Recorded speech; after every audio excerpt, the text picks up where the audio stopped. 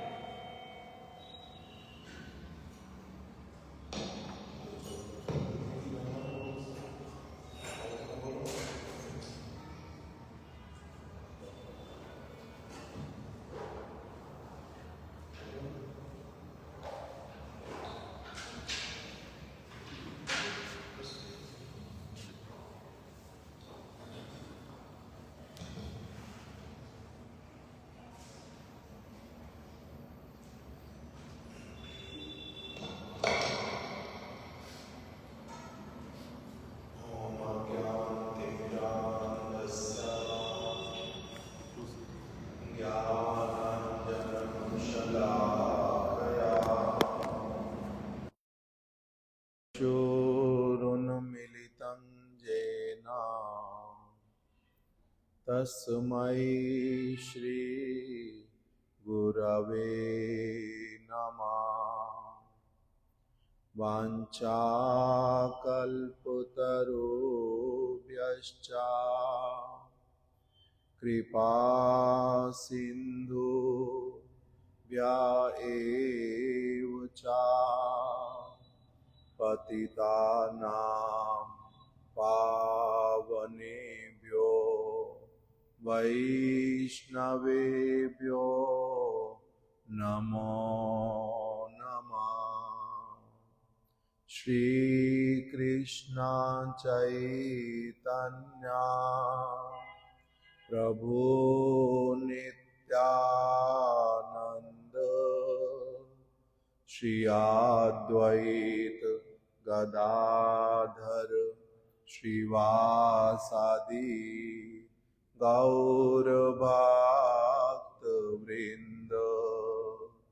हरे कृष्णा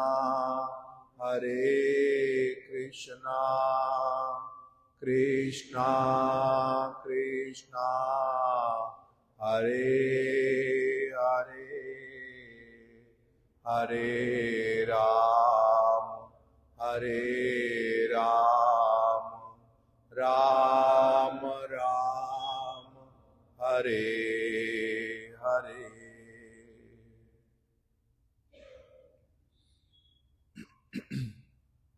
आज हम लोग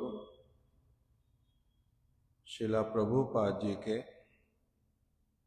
सन्यासी शिष्य नित्य लीला प्रविष्ट ओम विष्णुपाद अष्टोत्तर शत श्री श्रीमद् भक्ति विवेक भारती गोस्वामी महाराज जी की कुछ महिमा जो है उसको हम लोग श्रवण करेंगे। श्रीला प्रभुपाद जी के निकट में जिस समय श्रीला भारती गोस्वामी महाराज जी आकर के पहुँचे उस समय अभी श्रीला प्रभुपाद जी ने मठ जो है लगभग प्रारंभ किया ही था।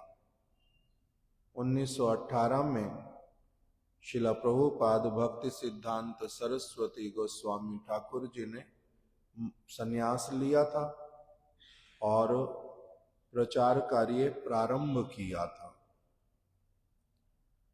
उसी समय ही लगभग श्रीला भक्ति विवेक भारती गोस्वामी महाराज उनके निकट उपस्थित हुए, मायापुर में आकर के वास करने लगे। श्रीला प्रभुपाद जी ने उनको जब हरि नाम दीक्षा इत्यादि प्रदान की तो उनको नाम दिया श्री नयन अभिराम प्रभु। उसके बाद में पहले मठ में कुछ कुछ सेवाएं ऐसी वाली करनी है जिससे कि आपके हृदय में वास्तविक रूप में दीनता जो है वो आ जाए। कैसी सेवाएं करनी है? सेवा करने के लिए दिया झाड़ू लगाना है मंदिर में और पोछा लगाना है। झाड़ू लगाना है, पोछा लगाना है।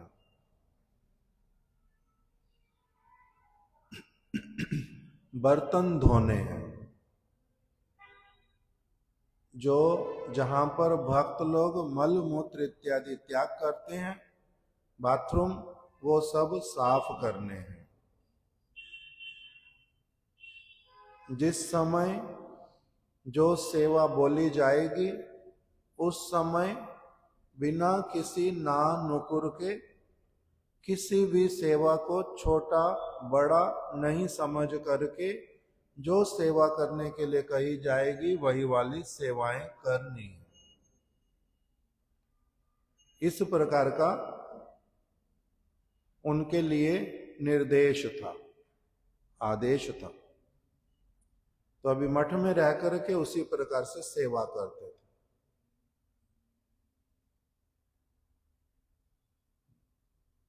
एक समय उस समय बर्तन इत्यादि धोने के लिए जो सुविधा है वो अभी जैसे हम लोग देखते हैं सभी जगहों पर वैसे वाला नहीं होता था। रसोई घर जो है वो झोपड़ी जैसा बना करके, और उसमें ठाकुर जी के जो बर्तन हैं जिसमें भोग भी लगा था वो फिर रसोई के भीतर में नहीं जाएंगे। एक बार जब भोग लग गया है तो वो प्रसाद बन गया। भोगशाला मतलब जहां पर भगवान के लिए भोग बनेगा, वहां पर केवल साफ बर्तन जाएंगे, वहीं पर बन जाएगा, वहां से पुजारी जी भोग के लिए लेकर के चले जाएंगे। सारा सामान फिर जहां भक्त लोग प्रसाद पाते हैं वहां पर पहुंच जाएगा। फिर उसके बाद में जब बर्तन खाली होंगे वो अलग जगह पर ही धुले जाएंगे। धोने के लिए भी रसोई घर में बर्तन नहीं आ सकते, बाहर धोते थे खुले में। और उस समय धोना पड़ता था तालाब में पानी लेकर के, पुकुर बोलते हैं मायापुर में, बंगाल में उसको, उसमें बर्तन धोने पड़ते हैं। तो इनका सेवा मिला कि और सेवाएं जो मिलेंगी वो तो करनी ही करनी, किंतु ये वाली सेवा अवश्य ही करनी है। एक दिन बहुत अधिक बरसात आ गई, तूफान आया, उसी में भी इन्होंने किंतु अभी मायापुर में जो लोग रहते हैं अथवा कभी कभी रहे हैं बरसात के समय में, उनको पता जो वहां पर एकदम से बरसात बहुत तेज आ जाती, आंधी बहुत तेज चलती है। हम लोग 2-3 महीने सिद्धांति महाराज और मैं, हम लोगों को उसी समय ही मायापुर में रहना होता था, अप्रैल मई जून इत्यादि, वैशाख महीना वहां पर बोलते हैं। तो उसमें बहुत तेज बरसात आती है। आप अभी दर्शन करने के लिए जाओगे, 5 मिनट सारा कुछ ठीक था, 5 मिनट में पता नहीं चलेगा एकदम से इतना तूफान आ जाएगा। बिजली चमकती है, बहुत अधिक कड़कती है अच्छी तरह से। तो जैसा भी हो, तो एक दिन ऐसे वाला पूरी तरह से कुछ घंटों तक ऐसे वाला ही मौसम रह गया। तो अभी इन्होंने किंतु अपनी सेवा जो है भीग भीग करके भी, क्योंकि पता है शाम को समय पर रसोई बनाने के लिए सारे बर्तन चाहिए, तो इसीलिए इन्होंने अपना भीग करके जैसे कैसे करके सारे के सारे बर्तन धो दिए। प्रभुपाद जी अपने कमरे में से खिड़की में से बैठ करके देख रहे थे, कुछ बोला नहीं उनको उस समय में।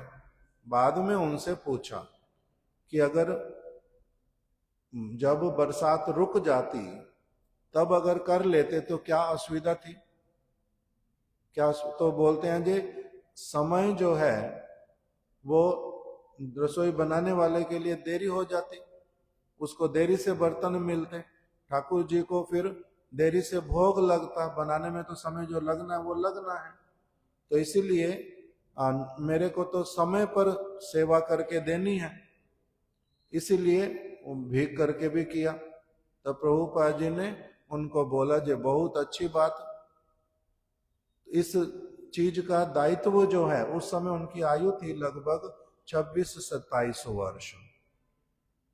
तो श्रील प्रभुपाद जी ने कहा बहुत कम लोग होते हैं जो अच्छी तरह से कम आयु में भी समझ पाते हैं जो जिस सेवा को लिया है उसका दायित्व किस प्रकार से अच्छी तरह से निभाते हैं, उसमें ढिलाई नहीं देते। इस प्रकार का इनके जीवन में एक ये वाला बात लिखा हुआ। दूसरी बात, फिर शिला प्रभुपाद जी ने इनको 1921 में ही, इनको अभी 1 या 2 वर्ष ही हुए थे मठ में रहते हुए, अधिक नहीं हुए थे, किंतु इनका आचरण, इनकी सेवा की प्रवृत्ति, इनका बहुत अच्छी प्रकार से कीर्तन करना, कथा करना, दायित्व लेकर के सारी चीज करते रहना, वो सारा देख करके शिला प्रभुपाद जी ने इनको बहुत कम समय में, कई लोगों को तो हरि नाम देने में ही प्रभुपाद जी 5 वर्ष लगा देते थे और किसी किसी को सन्यास भी 1 वर्ष में दे देते थे। वो निर्भर करता है एक व्यक्ति का किस प्रकार का डेवलपमेंट, मैच्योरिटी कितनी अधिक है, कैसी वाली है, उसके अनुसार निर्णय करते थे। तो इस प्रकार इनको सन्यास प्रभुपाद जी ने अति शीघ्र दे दिया। तब फिर नाम सन्यास के समय में हो गया श्रीपाद भक्ति विवेक भारती गोस्वामी महाराज। ये जब प्रचार करने के लिए जाते थे, इतना इनका कंठ जो है इतना उच्च था, इनको माइक की कभी आवश्यकता नहीं पड़ती थी। और श्रील भक्ति श्री रूप सिद्धांति गोस्वामी महाराज जी इन्हीं की कथाओं को सुन करके ही प्रभुपाद जी के पास में आए थे। और भी बहुत सारे लोग जो प्रभुपाद, ये जगह जगह फिर प्रभुपाद जी इनको भेजते थे प्रचार करने के लिए, और ये बहुत सारे भक्तों को प्रभुपाद जी से का चरणाश्रित कर देते थे, उनसे उनको भजन में भजन प्रारंभ करवाते थे, उनको फिर दीक्षा करवाना, उनको शिक्षा देना, ये सब समय करते रहते थे। एक दिन इन्होंने देखा इनके साथ में वही श्री सिद्धांति गोस्वामी महाराज जी, प्रभुपाद जी के शिष्य, वो अभी इनके साथ में प्रचार में गए थे। वो इनसे आयु में अधिक छोटे नहीं, 2-4 वर्ष छोटे हैं, किंतु यही उनको मंदिर में लाए थे। उनको प्रचार भी करते थे, फिर मंदिर में भी ले आए, फिर प्रभुपाद जी से दीक्षा इत्यादि भी करा दी। अभी उनको लेकर के किसी जगह प्रचार में गए, उनको कोई सेवा कार्य करने के लिए बोल दिया, उन्होंने सेवा कार्य थोड़ा देरी में किया, आलस्य करके नहीं किया, थोड़ा देरी में कर दिया। तो इसीलिए इन्होंने क्या किया, सिद्धांति गोस्वामी महाराज जी को पिटाई लगाया, उनकी पिटाई लग गई अच्छी तरह से। बाद में फिर प्रभुपाद जी ने पूछा उनसे कि आप फिर से जाओगे उनके साथ प्रचार में? तो कहते हाँ अवश्य ही जाऊंगा, क्यों नहीं जाना उनके साथ में। घर में अगर पिताजी, बड़ा भाई, वो अगर कोई दोष देख करके शासन करता है, डांट लगाता है, तो उसी तरह से अगर ये मेरे बड़े गुरु भाई हैं और मेरे शिक्षा गुरु भी हैं, मेरे को तो लाने वाले आपके पास यही हैं, तो अगर इन्होंने मेरे पिटाई लगा भी दिया तो उसमें क्या असुविधा हो गया मेरे लिए, इसमें क्या असुविधा है। तो प्रभुपाद जी ने बोला जो तुम्हारा इसके कारण मन में कुछ दुख हुआ नहीं? तो कहते जी नहीं, उस चीज के लिए दुख क्या करना, जब मेरे से भूल हो गई और उन्होंने शासन कर दिया तो ठीक ही तो किया है, और अगर भूल ना हुई होती तब भी अगर करते तब भी तो क्या बात है उसमें चिंता करने का। इस प्रकार का इनके प्रति उन्होंने मुख्य एक बात बोली कि उनके शासन को उन्होंने मेरी पिटाई लगाई, ये तो बहुत सारे लोगों ने नोटिस किया और बोल रहे हैं बार बार, किंतु वो मेरे प्रति कितना अधिक कृपा करते हैं, स्नेह करते हैं, किस प्रकार से मेरे मंगल के लिए सब समय चिंता करते हैं, ये तो कोई ज्यादा नोट नहीं करता, ना उस बात को कोई मेरे को बोलता है। किंतु इस प्रकार से उन्होंने अगर शासन किया, इस चीज के लिए सारे लोग बोल रहे हैं, किंतु मैं उस चीज को बिल्कुल भी माइंड नहीं करता। इस प्रकार से ये श्रील भारती गोस्वामी महाराज जी ब्रह्मचारियों को सेवा देना, दायित्व पूर्वक कैसे सेवा करनी सिखाना, आवश्यकता पड़ने पर शासन इत्यादि करना, वो सब कुछ करते थे। बाद में प्रभुपाद जी के जाने के बाद जब ये पुरी में अपने आप से रहने लगे, कुछ दिन छिप गए, किसी को भी अपना पता नहीं बताते। जब श्रील सिद्धांति गोस्वामी महाराज जी को पता चला तो उन्होंने कहा कि मेरे को कुछ समय हुआ अपनी आप से रहना पड़ रहा है, मैं आपके बिना नहीं रह सकता। अगर आप, मेरा एड्रेस ये है, कलकत्ता में मैं रह रहा हूँ, अगर आप कुछ दिनों के भीतर में वहां पर नहीं आए तो मैंने क्या करना है, मैंने भोजन करना छोड़ देना, जल पान करना भी छोड़ देना, अपनी आप जब शरीर चला जाएगा तो चला जाएगा, आपके बिना मैंने जीवित नहीं रहना, इसलिए आपको अपने दर्शन देने पड़ेंगे, अपना संग देना पड़ेगा। तब फिर उनकी बात सुन करके ये फिर शिला सिद्धांति गोस्वामी महाराज जी के निकट में आए कि वो मेरे को छोड़ेगा नहीं। उस प्रकार से उनके साथ में रहे। उनके कुछ कुछ उपदेश यहाँ पर लिखे हुए श्रील भारती गोस्वामी महाराज जी के, हम लोग 2-3 उपदेश उनके सुन लेंगे, सरल सरल उपदेश। एक जो उपदेश है, पढ़ोगे बंगला में पढ़ो,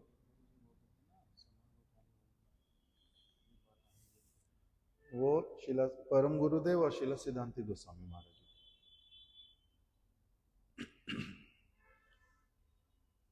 वो उनके उपदेश में एक जगह उन्होंने लिखा, संसार जीवेर गता गति पथे क्षणिक विश्रामागार।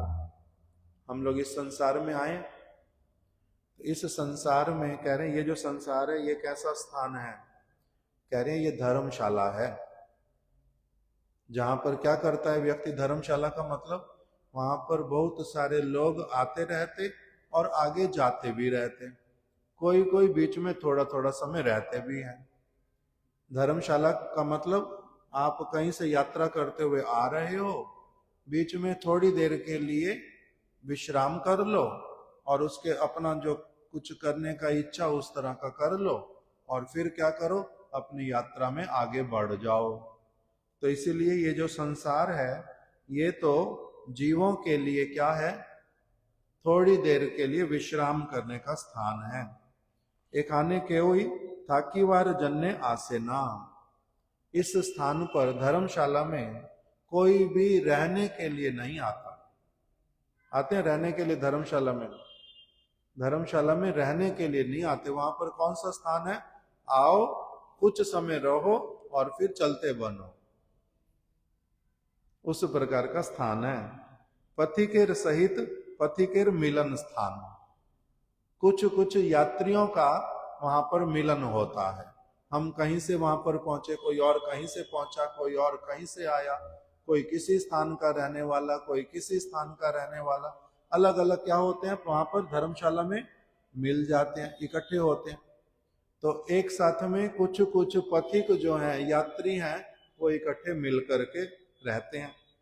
जहारा यह ना बुझिया, जो ये बात नहीं समझ करके कि ये क्या है, धर्मशाला है, यहाँ पर जो भी लोग मिल रहे हैं थोड़ी देर के लिए ही उनके साथ में मिलना जुलना रहना है, और फिर अपने अपने स्थान पर सभी ने चले जाना है। किसी ने मेरे से पहले, किसी ने मेरे साथ में, किसी ने मेरे बाद में, यहां से किंतु सभी ने चले जाना है, ये रहने का स्थान नहीं है। तो कह रहे हैं जो इस बात को नहीं समझ करके एखाने चिर दिन थाकीते चाहे, जो समझता है मेरे को क्या करना है, चिर दिन, चिर दिन मतलब चिरकाल तक, बहुत लंबे समय तक, सब समय के लिए मेरे को कहाँ रहना है, यहीं पर ही रहना है।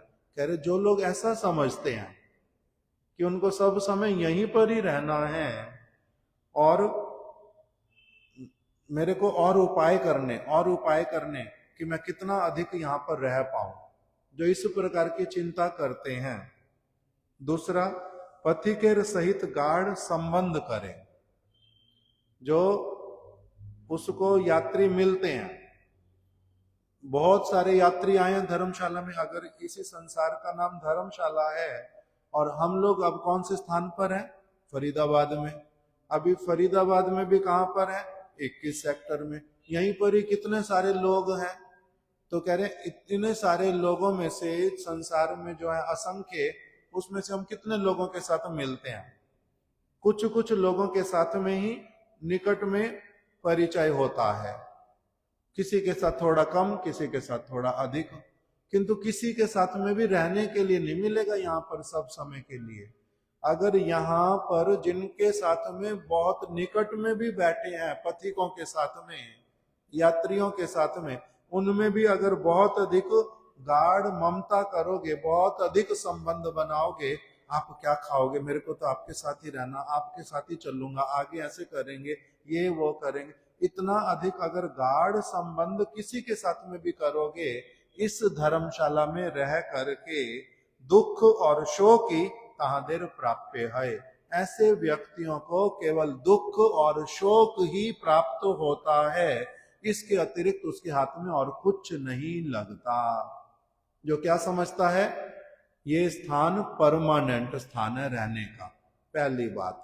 दूसरा, जो लोग मेरे को मिले हैं इनके प्रति अत्यधिक आसक्ति करके मैं चलूंगा, जो इस प्रकार की बुद्धि से ऊपर नहीं उठ पाता, वास्तविक वस्तु नहीं समझ पाता, ये तो थोड़े समय रहने का स्थान है, पता नहीं कब किसका समय आएगा, यहां से चलते बनो।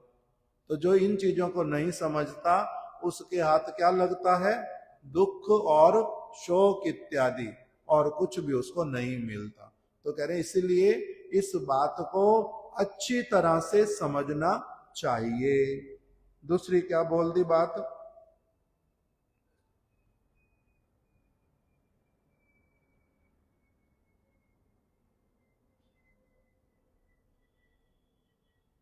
संसारे जीवन धारणी सर्व प्रधान कर्तव्य ए विचार संसारीर। संसारी व्यक्ति का क्या विचार होता है, संसारी किसको कहते हैं, इस संसार में जो आए हैं सबको क्या, ऐसे तो इन रियलिटी एक सेंस में सबको क्या कहा जाएगा, ये कौन है, संसारी, मतलब संसार में आ पड़े हैं। जैसे कारागार में कोई भी पहुंच जाए, सबको क्या कहते हैं? कैदी। कारागार में पहुंचने पर सारे के सारे लोग कौन है? कैदी हैं। किंतु कह रहे हैं कि जिसके बुद्धि में, जिसकी क्रियाओं में सब समय यही चीज ही रहती है कि इस संसार में केवल जिस किसी तरह से जीवन धारण करना ही मेरा सबसे प्रधान कर्तव्य है, जीवित रहना सबसे प्रधान कर्तव्य है। कह रहे नहीं, ये विचार किसका होता है? संसारी लोगों का। संसारी लोगों का है कि मेरे को जीवित ही रहना केवल। जैसे कुछ कुछ लोग, जब हम छोटे थे तो लोग एक दूसरे से पूछते हैं, तू खाने के लिए जीता है या जीने के लिए खाता है? पूछते हैं ना ऐसे। अभी पूछते लोग नहीं पूछते, मेरे को पता नहीं। जब हम छोटे थे बहुत सारे लोग पूछते थे एक दूसरे से, तो जीने के लिए खाता है ना खाने के लिए जीता है? किसके लिए जीते हैं? खाने के लिए जीते हैं या जीने के लिए खाते हैं? कुछ लोग खाने के लिए जीते हैं। तो इन रियलिटी कैसे जीना चाहिए? जीने के लिए खाना पड़ता है, खाने के लिए थोड़ा ना जीना है। तो इसलिए यहां पर बोल रहे हैं, जो लोग सोचते हैं कि संसार में केवल जीवन धारण करना ही मुख्य बात है, तो कह रहे जीवन धारण करना भी मुख्य बात नहीं है। पहले जो दो बातें बोली उसमें से तो क्या आ गया? खाने के लिए नहीं जीना, किंतु जीने के लिए खाना है। तो कह रहे जीने के लिए भी नहीं खाना, जीने के लिए खाना है। ये तो सुअर भी करता है, गधा भी करता है, कुत्ता भी करता है। अगर मनुष्य भी वही करेगा तो उसमें और उसमें अंतर क्या रह गया? कह रहे जीने के लिए भी नहीं खाना। अगर 100 साल जियोगे तब भी क्या लाभ अगर हरि भजन नहीं किया तो? बाकी कुछ भी करते हुए चले गए, आयु बहुत बड़ी हो गई, किंतु अगर हरि भजन नहीं किया, उस प्रकार की आयु का कोई लाभ नहीं है। किंतु अगर आयु छोटी भी हो, अगर उसमें भगवान का भजन तुम्हारा हो गया, तब तुम्हारा जीवन जितना समय का मिला वो सार्थक हो गया। तो इसलिए बोल रहे हैं केवल जीवन धारण करना नहीं, किंतु भगवानेर भजनी सर्व प्रधान कृत्य। भगवान का भजन करना मैं कम नहीं करूंगा, भगवान का भजन करना मैं छोड़ूंगा नहीं, वो मुख्य पकड़ करके रखूंगा। अगर मेरा धन अगर कुछ कम होता है कोई बात नहीं, मेरी सुविधाएं अगर कुछ कम मिलती हैं कोई बात नहीं, किंतु मैंने अपने प्रधान चीज को छोड़ना नहीं है। बाकी जो कुछ कम होता है होता जाए। ये विचार किसका? ये विचार होता है वास्तविक भक्त का संग करने वाले व्यक्ति का। कह रहे हैं कि संसारी का विचार क्या होगा? केवल मात्र इस संसार की चीजों को मेरे को अपने लिए बढ़ाना है जितना अधिक हो सके। किंतु भक्त का क्या होगा? वो कहेगा हरि भजन करना मेरा सबसे प्रधान कर्तव्य है। अगर मैंने ये नहीं किया, एक दिन भी अगर मेरा थोड़ा सा भी नागा हो गया तो मेरा बहुत बड़ा लॉस होएगा, मेरे को वो अपने हाथ से नहीं करने देना। फिर बोल रहे हैं जे दिन संख्या नाम पूर्ण होइबे ना। जिस दिन एक व्यक्ति का संख्या पूर्वक नाम नहीं हुआ।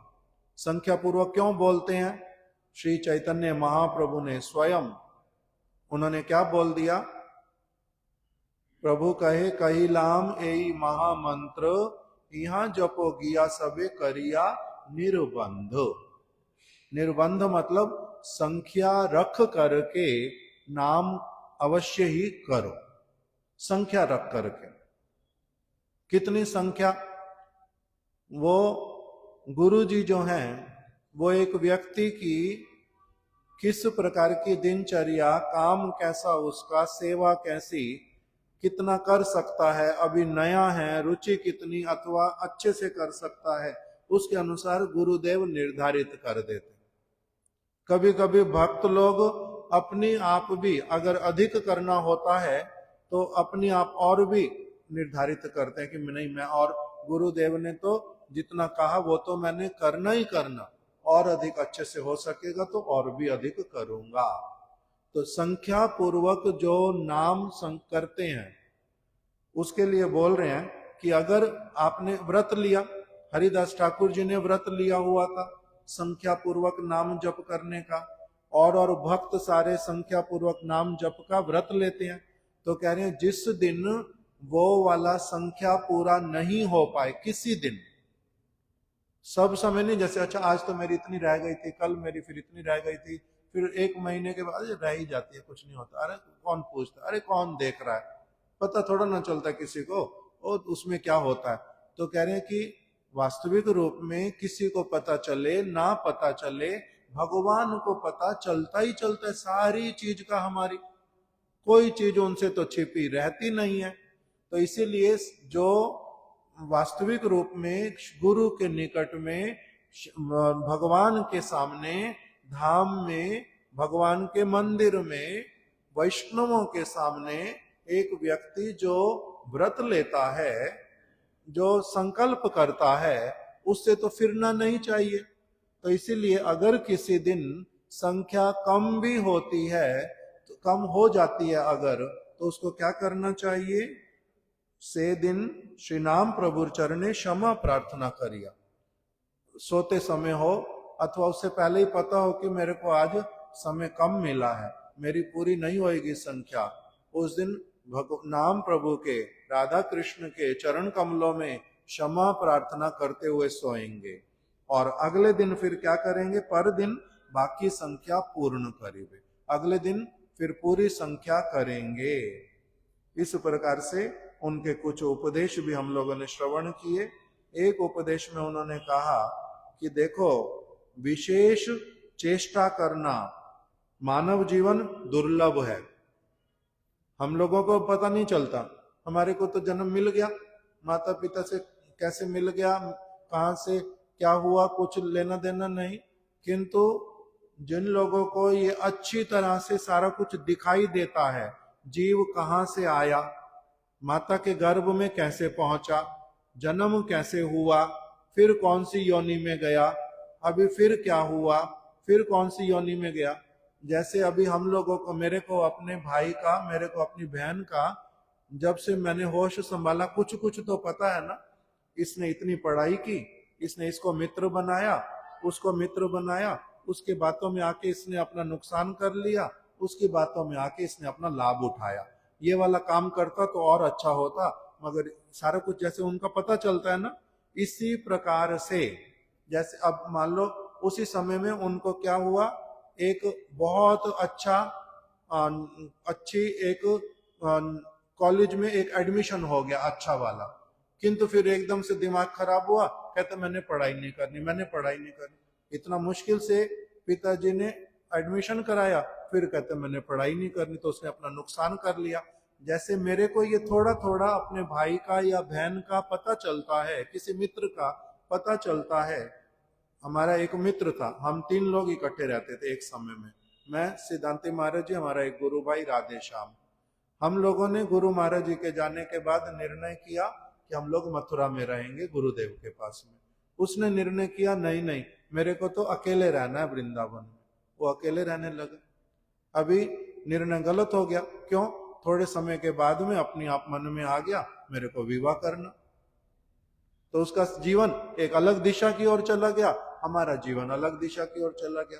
तो महाराज जी ने मेरे को बोला, शिला भारती गोस्वामी महाराज जी ने, प्रभु ये अकेले रहने का इसका फल, ये इसका अकेले रहने का फल, आप लोगों का अच्छा हुआ, आप लोग मथुरा चले गए।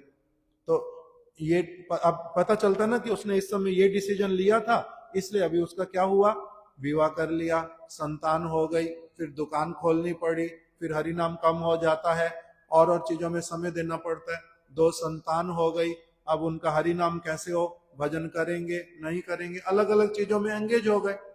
तो इसी चीज को यहाँ पर कह रहे हैं कि जैसे हमारे को किसी किसी का पता चलता है, उसी प्रकार भगवान को, महापुरुषों को, एक एक जीव आत्मा का पता चलता है, ये कहां से आया, कितनी योनियों से होके आया, इसने क्या कष्ट पाए, अब कहां पर आया है, अब देखो क्या करता है, सब कुछ उनको दिखाई देता है। जिनको दिखाई देता है अच्छी तरह से ये सारा कुछ, वो क्या कहते हैं, भैया जी ये मनुष्य जन्म बहुत दुर्लभ है, बहुत समय के बाद तुम्हें मिला है, इतनी बड़ी लॉटरी लग गई है तुम्हारी, अब तुम्हें क्या करना चाहिए, उसके लिए बोल रहे हैं। मानव जीवन दुर्लभ, लॉटरी लगी है, किंतु ये शरीर कब तक रहेगा पता नहीं है, क्षण स्थायी।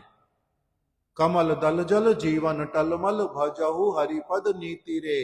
कमल के पत्ते के ऊपर ओस की बूंद का जीवन कितनी देर का है, कह रहे हैं पता नहीं, कभी इधर होता है, कभी पत्ता इधर होता है, हवा इधर चलती है, थोड़ा इधर होता है, कहते हैं 1 मिनट में कब गिर पड़ेगा पता ही नहीं है।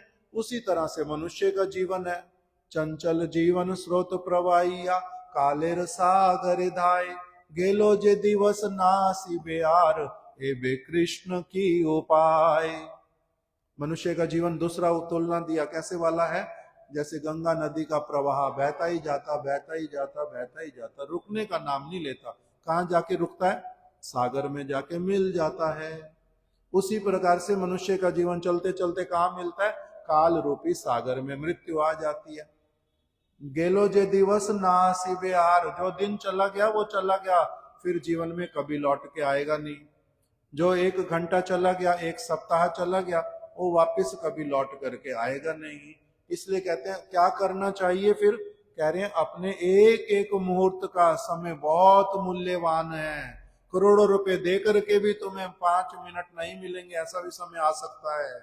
समय बड़ा मूल्यवान, इसलिए उसका क्या करना चाहिए, पूरा सदुपयोग कर लो। मनुष्य शरीर में केवल भजन करना संभव है, भगवान की बात सुनना, समझना, अपने जीवन में परिवर्तन करना, अपने भोजन में परिवर्तन करना, अपने स्वभाव में परिवर्तन करना, ये सारा कुछ समझ आना चीजों का केवल मनुष्य जीवन में संभव है। तो इसलिए कह रहे हैं कि मानव जीवन दुर्लभ है किंतु क्षण स्थायी है। इसलिए बुद्धिमान व्यक्ति क्या करेगा, जीवने हरि भजन जन्य विशेष चेष्टा करीबन, कह रहे हैं बहुत विशेष चेष्टा करेगा।